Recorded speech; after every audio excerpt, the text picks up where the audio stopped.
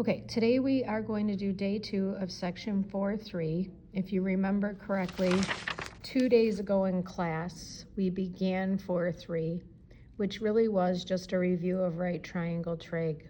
But we added onto it the 3 reciprocal functions. And then we did one problem where we were given a triangle. 2 of the sides were labeled on the triangle. We had to find the 6 trig functions. And then you had to, in order to find all 6, we ended up having to use the Pythagorean theorem to find the one missing side. Today we're going to do 3 things.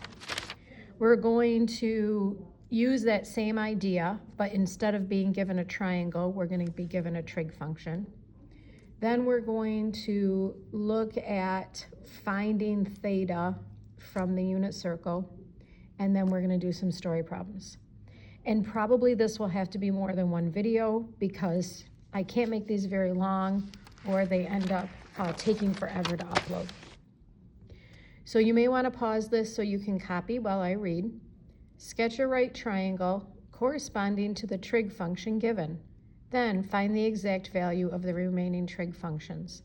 So in your book, that is pretty much the instructions. I shorten it down a little bit because I'm too lazy to write them all. And then when you go to the problem, this is what you're going to be given as the problem. Now, if this was a test or a quiz, it would give you the same information. So you would be given this. You'd be told to find the remaining trig functions. And then, of course, like always, included in the problem, I would write those 6 trig functions down for you. And we've talked about before why that's so helpful. So when you actually see the problem, you're going to see the problem on a test or a quiz or your quiz review or whatever, and it's going to look like this. Okay? Now they're telling us to sketch a right triangle and then use that information to find these 6. Well, I would argue you should each at least get 1 point. This would be actually worth 7 points on a quiz or a test. You better get 1 point because hopefully you can just copy what was given into the correct spot on the problem. Boom, you got the first answer. You got 1 point. And furthermore, hopefully you can get the 2nd point because we know that across the aisle here, these guys are reciprocals of each other. So the sine of theta is 2/3. So we now know the sine of theta. Okay, so now we'll go back and actually use the instructions. Remember what I've said. By the time we are done here, you're going to be given various pieces of given information, whether it's a triangle, whether it's a trig function, whether it's an ordered pair, whether it's an angle, and you're going to be able to calculate the 6 trig values. So this is another way. So I'm going to use the cosecant of theta is 3/2. I'm going to sketch a right triangle. It's not going to be drawn to scale. I'm going to label one of the acute legs theta. And then I'm going to come back over here and remember what my numerator and denominator represent in terms of this trig function. This trig function right here has a formula that is the hypotenuse over the opposite. That's the formula for cosecant. Therefore, the numerator of this is 3, which represents the hypotenuse of the triangle. Bloop.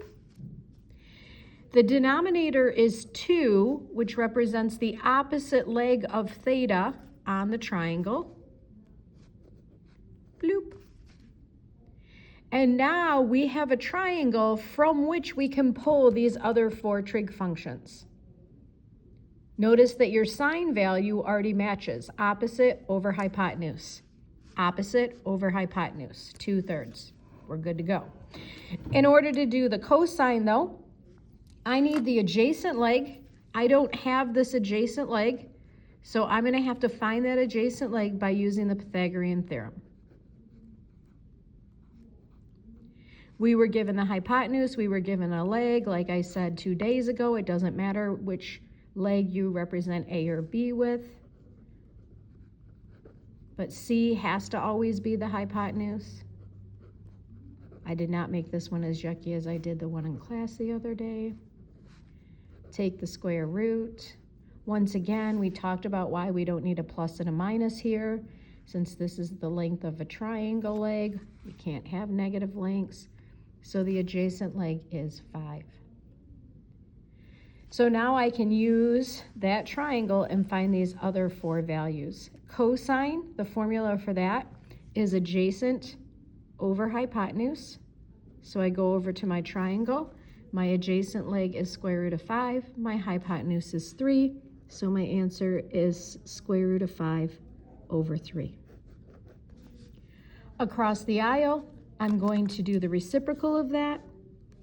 So we're going to have 3 over the square root of 5. Then we have to rationalize that. So we're going to multiply top and bottom by the square root of 5. So we have 3 root 5 over 5. And then finally, for the last one, tangent is opposite over adjacent. So we come over here, the opposite leg is 2, the adjacent leg is root 5. So we have 2 over root 5. We rationalize that by multiplying top and bottom by root 5. So we have 2 root 5 over 5. There's my tangent value.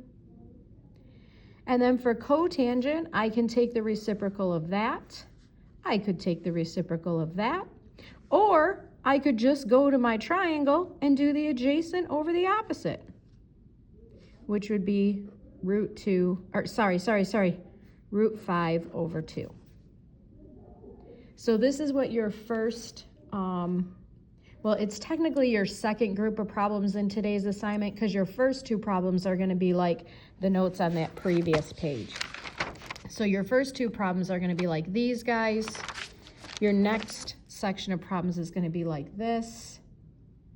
And then I'm going to stop this video so it's not as long and do the next section of problems.